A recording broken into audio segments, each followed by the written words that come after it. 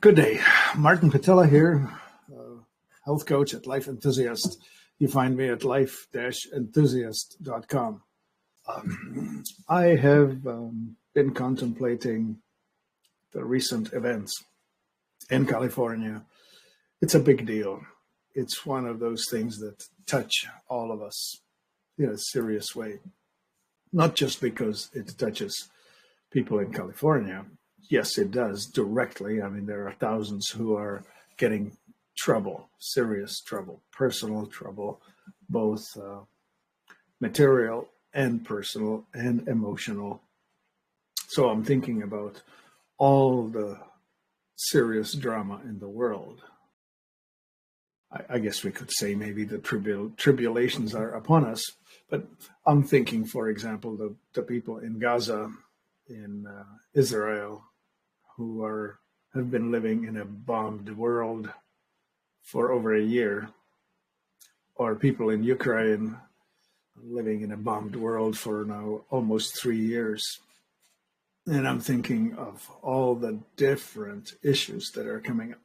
So, well, the drama of the world that we live in. But let me start with this. Forest fires have been with us for a long time. I have experienced it firsthand myself. I think it was 2016 or 17 when we had these big fires where I live.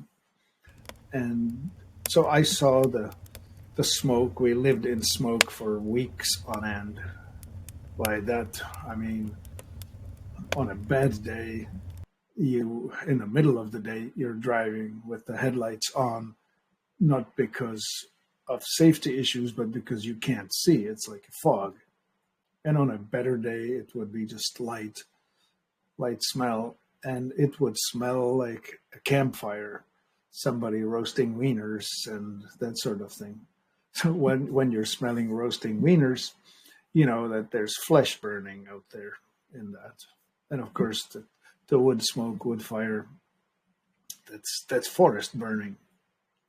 But then it hits the urban area, and it's not just trees burning. Now we have the house parts. In some cases, the roofs are either shingles, which is wood. That's probably why the house is burning. It could be tar shakes. So that's petroleum products. And then you could have vinyl siding. That's the vinyl burning. If you have wood siding like cedar, that's just wood. But then you start burning what's inside the house and the cars around it. So now you're burning all kinds of chemicals, the paints and the plastics and the furniture, you name it. So all of that goes up in the air.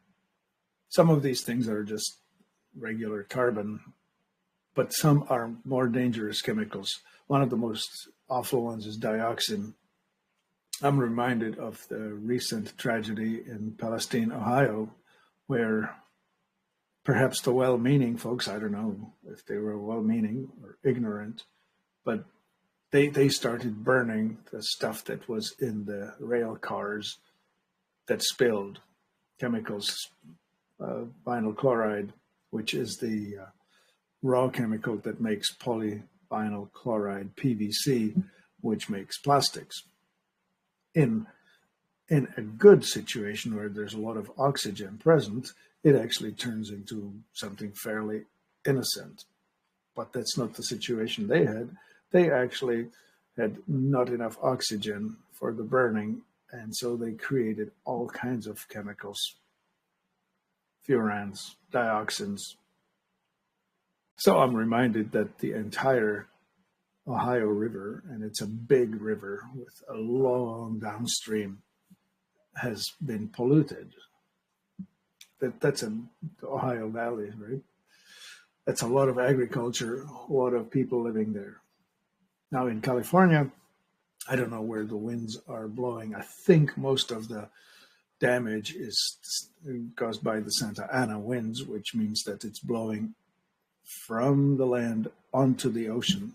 So it's probably just going to end up in the ocean, which is both good and bad. The good is Well, it's not hitting people direct. The bad is that it's polluting the oceans. So why am I talking about all this? Well, the immediate is that we have two classes of chemicals that come into our bodies: water soluble and fat soluble. Water soluble are dangerous, but can be eliminated fairly quickly. So we're just drinking more water and flushing things out. And the antidotes are immediate antioxidants. So we need vitamin C, well, all of the vitamins. The C is easily accessible and good one, as in acts quickly. All the B's, A, E, well, it's A, B, C, D, E, K. All of those vitamins are needed and effective, and some of them are water soluble. The A's and the B and C are water soluble. A, D, E, K are fat soluble. Anyway, all of those are needed to deal with the immediate problem. And glutathione is the recycler of the vitamins. Here's how the chemistry works. The pollutant is an oxidizing agent. We have oxidation and reduction. Oxidation is an electron taken away from the valence layer of the ion, and reduction is the electron given back. So we need to reduce the oxidizing agents. The oxidation is also known as rusting. Rusting is like, you watch your automobile where in presence of salt and water, you will see damage on the automobile. It will start rusting. That's oxidation. In a human body, that's aging. Like you can see that I'm rusting here and there on my body. Anyway, so the vitamin is the donor of the electron. So vitamin C donates the electron. And then now the vitamin C is neutral. It has lost its ability to function because it has donated the available electron. Now vitamin C has to visit with glutathione, where the vitamin C will be restored to its proper role, and the glutathione is going to be the donor of the electron. And then glutathione has to get into the liver, where it gets methylated and properly reduced back into being able to do more of its job. The natural precursor to glutathione is NAC, an acetylcysteine, a decent supplement. If you try to supplement glutathione directly, it will get broken down in your stomach and never do its job. You can supplement it directly so long as it is in a liposomal version. And a liposome is a package that is sort of like a ping pong ball where you have the surface and space within. And the space within is hydrophilic, and the outside is lipophilic. Lipophilic means that it connects to fats. Hydrophilic means that it connects to water. The quickest way you can demonstrate it is by using lecithin, which is a easily accessible, what shall we call it, detergent, right? Let's explain the chemistry a bit. So you have to have something that connects to water and something that connects to fat. And actually your cell, every cell in our body has a membrane, and the membrane is bilipid layer, and that layer is permeable to fats and not directly permeable to water, only specifically at the sites that open up, as in like open, to allow something to come in. For example, if you have insulin in your blood is circulating and getting to the two individual cells, and the insulin comes to the surface of the cell. Knock, knock. Please let some glucose in. There's too much glucose in the body. And there's I forget the chemical now, but inside of the cell, there's the response that comes to the surface. And so talking through the barrier,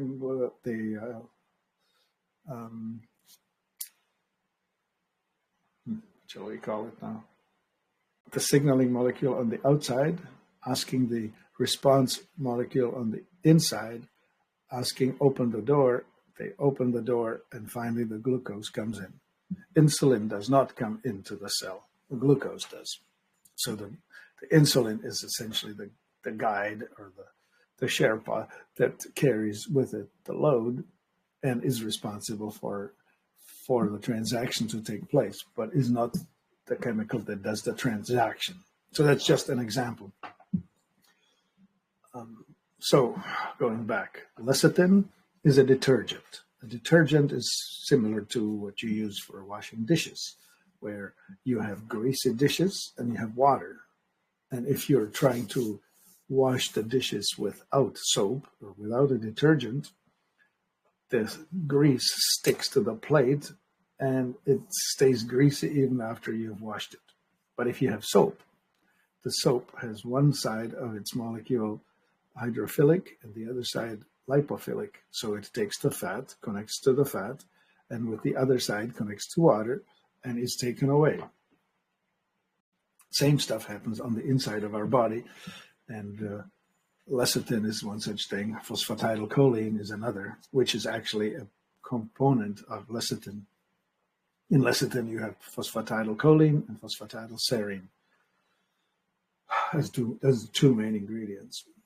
Anyway, so let's go to the lecithin. We take lecithin, and we take water, and we take vitamin C, and we put it in a blender. And in running the blender high speed, we end up getting these liposomes, these packages of lecithin that will be holding vitamin C within it.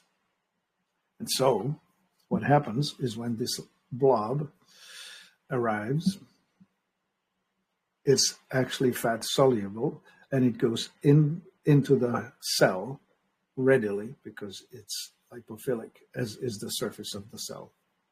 And that's how we get 8 to 12 times the absorption compared to regular stuff. So liposomal vitamin C is about 10 times more bioavailable compared to regular vitamin C that's just powdered.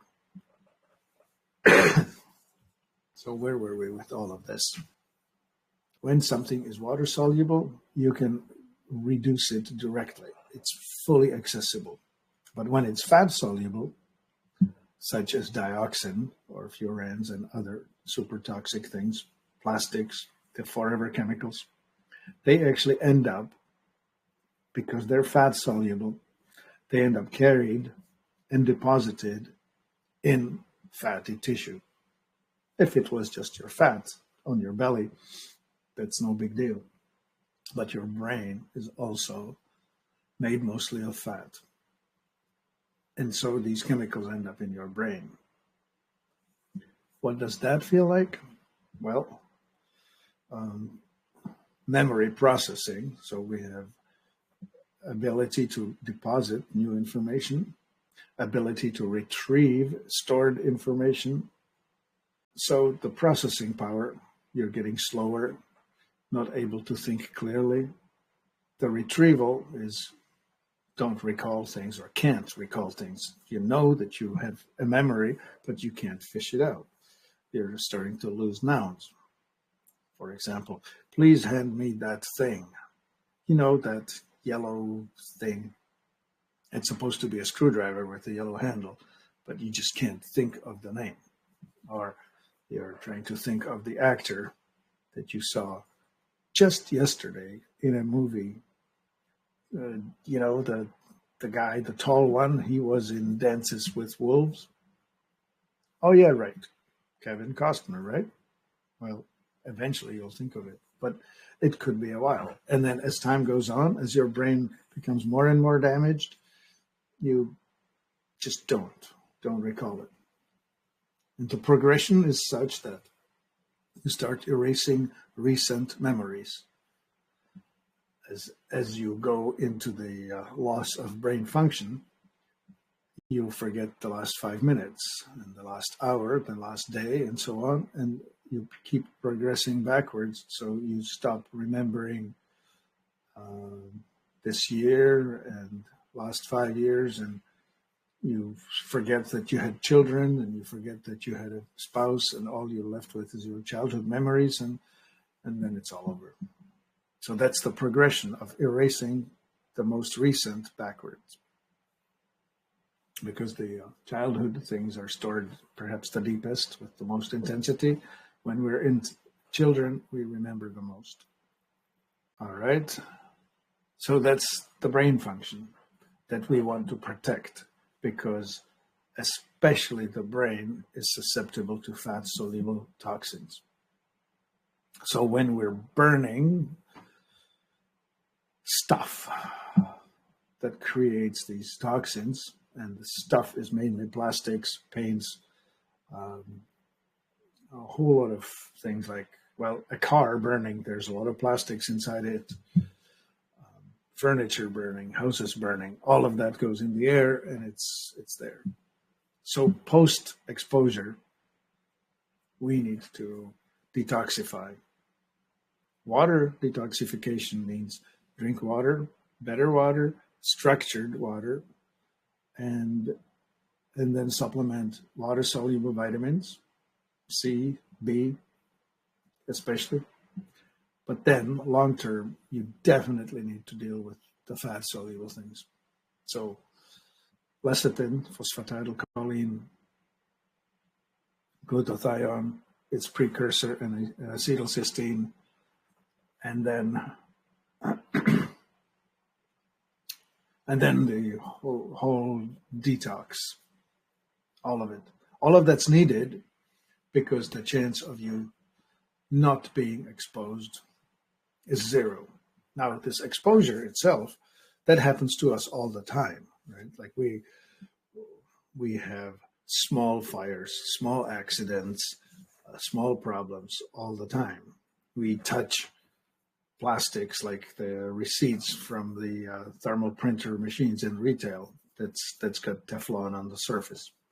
We wear an iron-free shirt that's got Teflon in the shirt. This one is plain cotton. But daily exposures, it happens all the time. Living in the industrialized world comes with its conveniences and its downsides. And the downsides are such that we, as time goes on, get more polluted, and with greater pollution comes loss of function. And so we, at some point, pay the price of the convenience. The other day, I was on a podcast, a live show, and we were talking about people gaining weight, obesity. And this one person pipes up and says, yeah, when I was in Morocco, hardly anyone was overweight. And I'm thinking, yeah, in Morocco, people are maybe lucky that they are poor. They cannot afford to pay the price for American food. And for that reason, they are still growing their own stuff in their own fields and eating locally grown food and are healthier because of it. Because these days, we have now confirmed that the food processing industry, in its relentless pursuit of lower cost, has created things that are no longer healthy, right? Priorities. They focused on the bottom line, and the competition is on price rather than on quality. And this is a major piece of philosophy that we need to get into our focus of attention. Price, quality, What's the third one? Probably speed, right? But anyway, there used to be the saying is you can get it cheap, you can get it fast, or you can make it good. And it was stated that you can pick any two of the three, but you cannot have it. You cannot have all three. You cannot have it fast, cheap, and good at the same time. Well, let's assume that that's how it works. But the point is this: the manufacturers competing with one another and competing with other demands on your wallet has driven the food into a how do I put this well?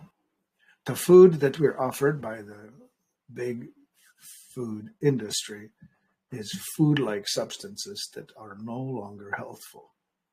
There's an interesting difference between how America has done it and how the Europeans have done it. Europeans pay more for their food, maybe close to double, but they pay way less for their health care, something like about a third. So in the end, the bargain is better living in countries where you have better quality food because you don't end up being as sick. So what else is here? Okay, so that's the deposits in your body. The second thing is the immediate exposure. And there are two main problems. One of them is the particle size of what is coming in the air. The smaller the particle size, the harder it is to filter out. So, one, if you're in a critical zone, you probably want to have a filter, an air filter available. If you're being exposed, a mask is a good thing, but the N95 mask doesn't really stop the smallest particles anyway. We've already proven it. Like those cloth masks that we were being told to use back when, the 2020 crazy year, we were told to use a mask. Well, the best demo you can imagine is this. You put the mask on, then you take a cigarette, and then you inhale, take a drag through the mask, and then take the mask off and exhale.